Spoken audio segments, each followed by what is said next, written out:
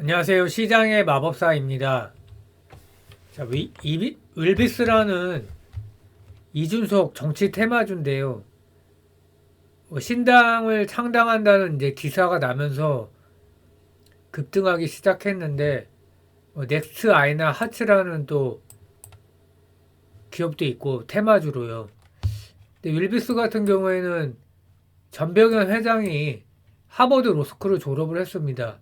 이준석 씨가 하버드 학부로 나왔죠.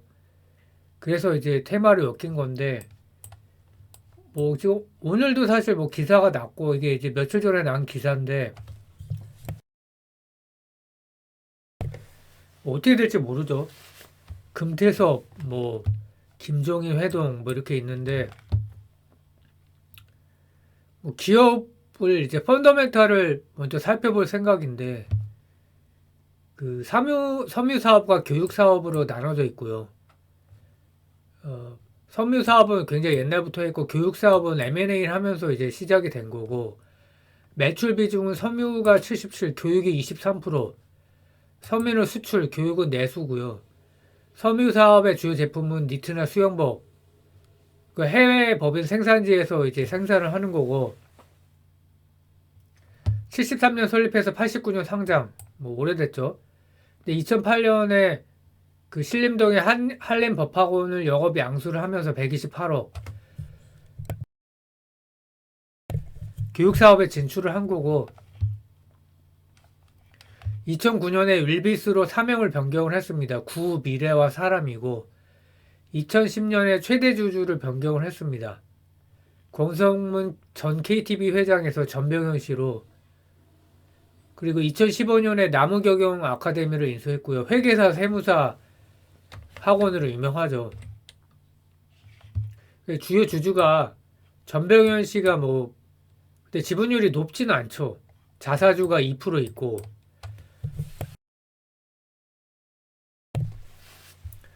11.62%니까 그 2013년에 13.71%였는데 주식을 소각하면서 지분율도 상승을 했고 그 뒤에 12 발행을 하면서 지분율이 하락한 겁니다. 11.62%가.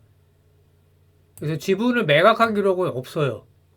의외로 저는 처음에 이제 누군지 잘 몰라서 이건 좀 먹튀를 하는 거 아닌가 이런 의심을 품었었는데 이제 그런 건 아닌 것 같고,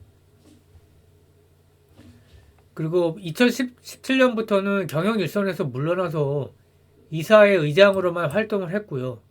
활동하고 있죠. 53년생이고, 그러니까 이제 70세죠. 만으로 이제 만 나이가 이제 지금 나이 표준 나이니까. 그래서 권성문 KTB 투자증권 회장이 보유한 지분 전량을 무상 증여했다.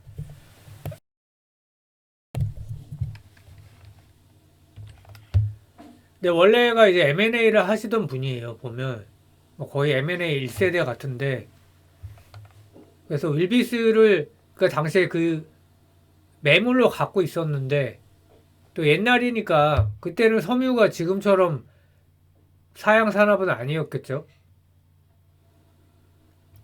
매각이 잘 안 돼서 아예 인수를 했는데 턴어라운드 시켜서 기업 가치를 올리는 게 우선이라는 생각에 이제 신규 사업을 추진할 계획이었다.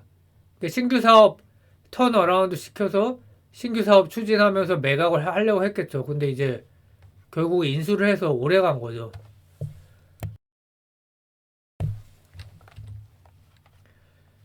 그래서 지역별 매출은 수출 74, 국내 26.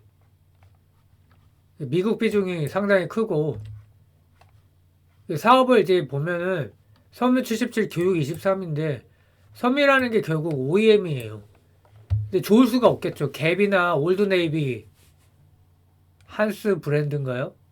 헤이스 브랜드인가요? 하여튼 지금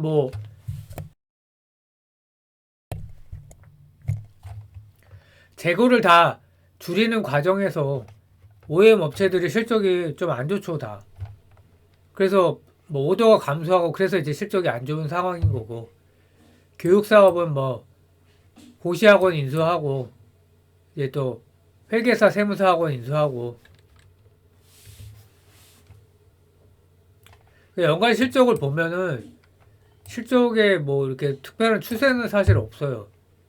3천억에 101억까지 찍었다가 영업이익률이 한 3% 정도 되는 거죠. 그러다가 또 계속 감소를 했다가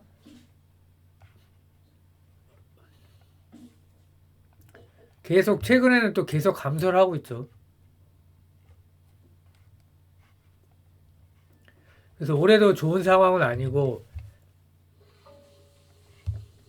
사업부별 실적을 나눠서 보면 매출 성장이 없어요. 선미 쪽은, OEM 쪽은. 그래서 뭐 같은 내용이고 그래도 21년, 22년도는 영업이익률이 뭐 그럭저럭 나왔죠. 근데 매출 성장이 없고 재고 축소와 오더 감소 때문에 실적이 안 좋은 거고 교육 쪽은 여기도 이제 매출이 700억을 넘었었다가 계속 감소를 하고 있죠. 그래서 21년부터 이제 적자가 시작됐는데 과거에 47억 영업마진 6.6%까지 기록을 했었는데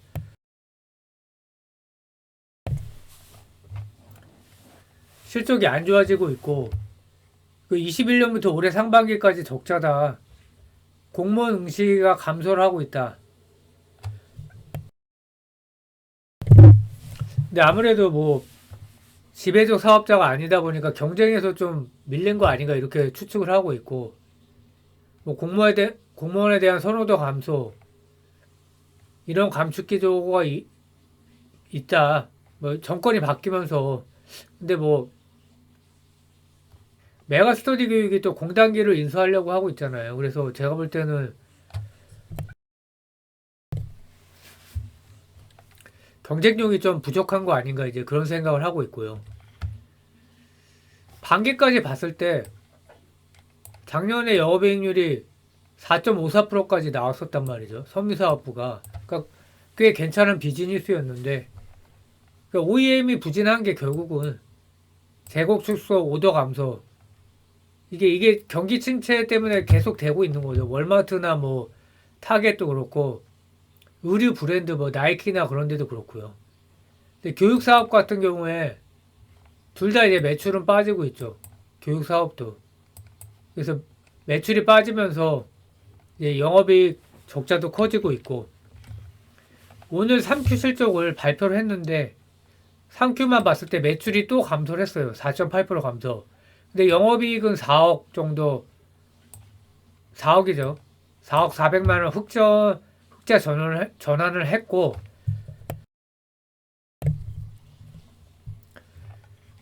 전년도에 24.8억이 적자였고요. 누적으로 보면 여전히 이제 실적이 많이 안 좋고 섬유사업부만 따로 떼어서 보면 약 6억 정도 이제 흑자를 기록을 했고 교육사업부는 적자를 이제 축소해서 거의 이제 적자가 없는 상황이 됐고요. 자산 재평가를 실시했다고 나오죠. 9월 25일에. 그럼 갑자기 이걸 왜 했냐? 자산 재평가를 하면서 그 자본이 증가를 한 거죠. 251억.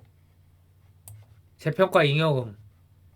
대부분이 이제 자산 재평가 하는 경우에는 부채 비율이 높아서 203%였거든요. 반기에.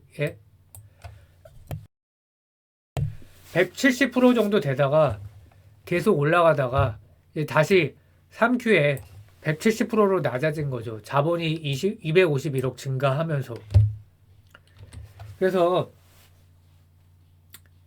펀더멘탈로 봤을 때 뭐 실적이 좋지 않지만 뭐 그렇게 나쁜 기업은 아니고 그렇다고 또 그 넥스트아이는 좀 문제가 생겼죠. 최근에.